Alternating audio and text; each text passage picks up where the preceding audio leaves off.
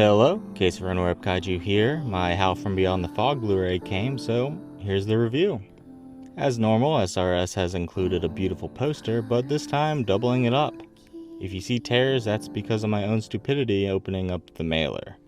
Art for the case and disc look nice. Also, reversible sleeve is a nice touch. Disc did not come loose. I took it out to make shooting this easier on myself. The menu screen is also very aesthetically pleasing, though still missing a scene selection menu, as was the case with the other SRS releases. Not as much of a problem here, as it has a short runtime. Howl from Beyond the Fog is a 2019 short film that was funded through Kickstarter and was only available for those backers until SRS Cinema just now gave it a limited Blu-ray and VHS run. It's based on Ray Bradbury's The Foghorn, which I have not read, but I have heard was the basis for The Beast from 20,000 Fathoms. First off, the movie is made using models and puppets, and it's a wonderful aesthetic, elevated further by the great cinematography. The angles, focus, scene composition, all beautiful. Not to downplay the other aspects because, like I said, beautiful, but the lighting is so good. Obviously, the foggy scenes are a bit, foggy, but the other scenes, the lighting not only illuminates clearly, but gives them extra personality. But back to the puppets, they are very basic in terms of articulation, for the humans at least. The faces are static, no blinking or mouth movement. Fingers are stuck in one place on hands, but it doesn't hurt the movie. If anything, it somehow adds to the aesthetic that Howl from Beyond the Fog was going for. There is oddly one segment that has a different aesthetic, a watercolor vibe, but as much as it differs from the majority of the movie, it didn't take me out of it. It flowed very well together.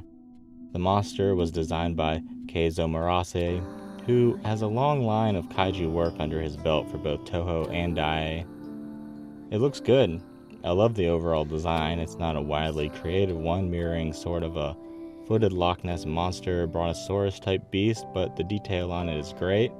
And I love all the little things they put on it, such as debris and floral. Unlike the humans, the monster does have some eye and mouth movements in some scenes. The acting is good, the sound effects and music are all spot on and mixed well. The only one that bothered me was the monster's roar, which was less a howl and more of a foghorn, but again, I haven't read the short story this was based on, so that could just be the filmmakers being faithful to the source material.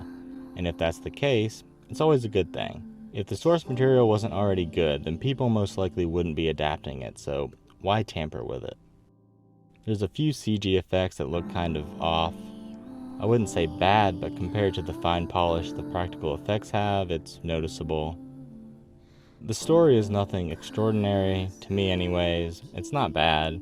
I wasn't groaning or bored. I didn't dislike the characters, but nothing about it or them really stuck out to me. It's just fine.